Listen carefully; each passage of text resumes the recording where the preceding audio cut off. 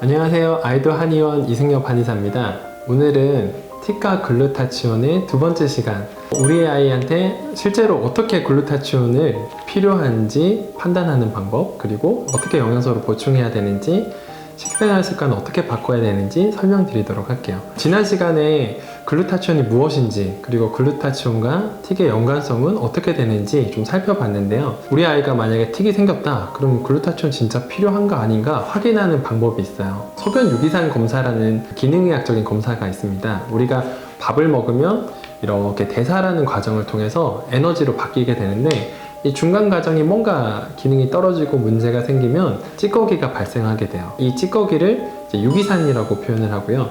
소변을 통해서 대사에서 어떤 과정이 좀 문제가 생겼나 확인할 수 있는데, 이 소변 유기산 검사를 통해서 간해독에 좀 문제가 있어 라는 지표를 확인하면 산화 스트레스가 좀 올라갔네, 항산화 적응이 좀 안 되고 있네 확인할 수 있습니다.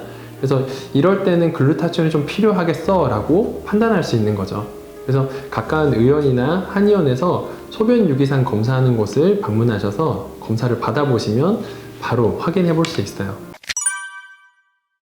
그리고 두 번째는 인터넷에서 이 회사 제품 글루타치온 좋아요, 여기 좋아요 막 어머님들께서 서로 추천해 주시는데, 사실 글루타치온을 경구로 복용해서 몸의 수치를 높이는 건 그렇게 효율적인 방법은 아니에요. 그래서 어른들이 글루타치온 처방받을 때 배곡주사라는 형식으로 정맥주사를 맞게 되거든요. 근데 아이들한테 글루타치온 올리려고 주사를 놓게 되면 틱 있는 아이들 안 그래도 불안하고 긴장되는데 주사바늘 보면 더 틱이 심해질 수도 있고, 장기적으로 봐서는 꾸준하게 쓰기 좀 어려운 방법이기는 합니다. 제가 좀 추천드리는 방법은 글루타치온이 만들어지기 전에 전구 물질이란 게 있어요. 글루타치온은 글루타메이트, 글라이신, 시스테인이라는 세 가지 아미노산이 합성이 된 물질인데, 이 중에서 우리 몸에서는 시스테인이라는 물질이 떨어지기 쉬워요. 그래서 영양소 사이트에 가보시면 NAC라고 쳐보시면 아세틸시스테인이라는 물질이 영양소로 잘 나와 있습니다. 그래서 이 영양소를 보충하는 거, 이게 훨씬 더 도움이 많이 되고요. 그리고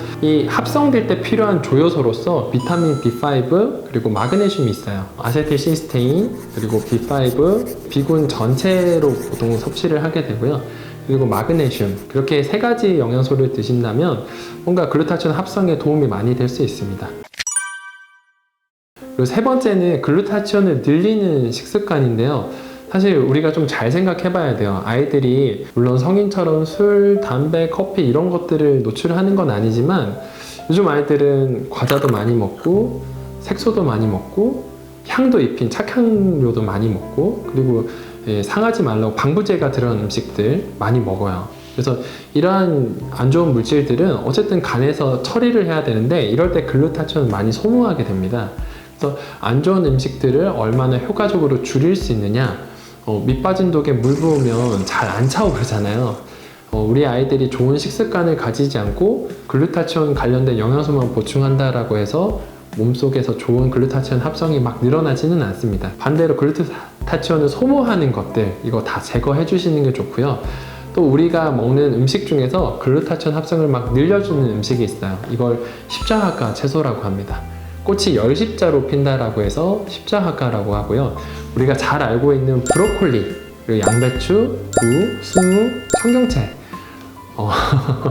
이 이름만 들었을 때는 아이들이 워낙 잘 먹을 것 같지는 않은데, 근데 아이들의 식습관도 사실은 훈련이 좀 필요해요. 우리 어른도 외국 나가서 처음 보는 음식 먹으면 좀 긴장하게 되고 좀 주저하게 되는데, 아이들은 똑같아요. 처음부터 채소를 잘 먹는 아이는 없어요. 근데 좀 맛있게 드레싱도 하고 좀 다지고 볶고 고기랑 섞고 이러면 아이들이 향과 맛과 질감 좀 익숙해지거든요. 그러면 그 다음부터는 좀 야채를 잘 먹기 시작을 해요. 그래서 조금씩 어머님들이 이렇게 아이의 식습관 훈련하듯이 좀 늘려나가셔라. 그러면 분명히 글루타치온에 도움되는 음식들도 잘 먹을 것이다 라는 게 제 의견입니다. 오늘은 이렇게 진짜 글루타치온이 부족한 상황을 파악하는 검사법, 소변 유기산이라는 검사법과 글루타치온 합성에 도움되는 영양소, 아세틸시스테인, 비타민 B군, 마그네슘, 그리고 식습관에서 글루타치온을 소모하는 음식들을 제거하고 늘려준 음식을 점점 많이 섭취한다면 아예 글루타치온은 합성이 풍부하게 잘 되면서 산화 스트레스로 인한 틱 증상의 발현이나 악화를 막을 수가 있겠다라는 게 오늘 이야기의 핵심이었고요. 사실 산화 스트레스만이 틱의 원인은 아니에요. 우리 틱은 운동신경계 질환인데 운동이 부족해서도 생길 수 있고 또 심리적으로 스트레스를 꽉 받으면 우리 몸이 운동이 얼어붙잖아요. 그래서 기본적으로 운동을 억제하는 힘이 떨어지면서 심리적인 영향을 받으면서 틱이 또 높아지기도 하고 먹는 문제, 식습관에 문제가 있어도 또 틱이 나빠지기도 하는데 이런 복합적인 이유들이 신경계 세포의 기능을 떨어뜨리면서 틱이 발현되기 때문에 오늘은 화학적인 요소, 케미컬한 부분에서